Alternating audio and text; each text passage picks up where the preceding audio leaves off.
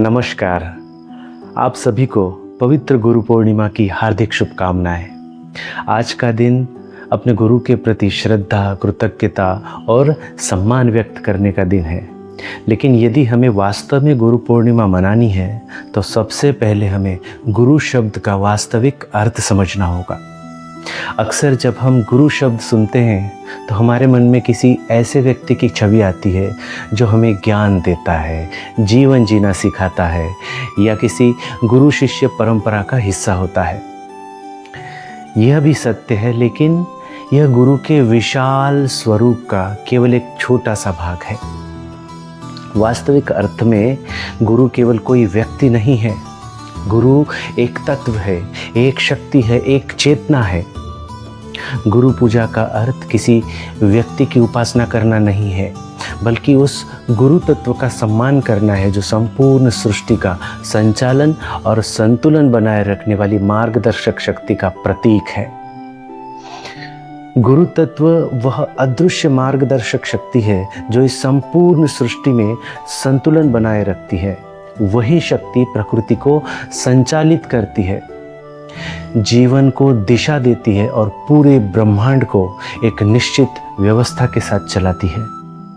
जरा सोचिए, एक छोटा सा बीज जब उपजाऊ मिट्टी, पानी, हवा और सूर्य का प्रकाश पाता है तो वह अंकुरित होकर एक विशाल वृक्ष बन जाता है।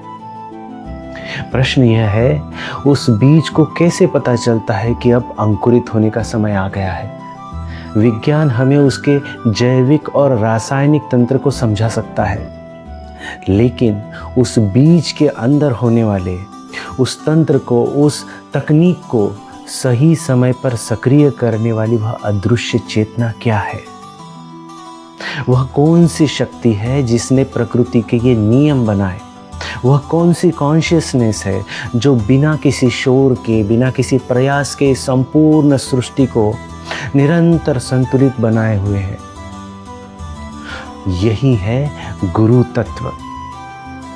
जब तक हम प्रकृति के नियमों के साथ चलते हैं तब तक सब कुछ सहज रूप से चलते रहता है, लेकिन जब हम अपने स्वार्थ के लिए प्रकृति के संतुलन को बिगाड़ते हैं, जब हम जंगल काटते हैं, नदियों को प्रदूषित करते हैं, धरती का अत्यधिक नुकसान करते हैं, तब वही प्रकृति, वही गुरु तत्व संतुलन स्थापित करने का प्रयास करता है। कभी अधिक वर्षा के रूप में, कभी सूखे के रूप में, कभी तूफान, कभी भूकंप या अन्य प्राकृतिक परिवर्तनों के रूप में।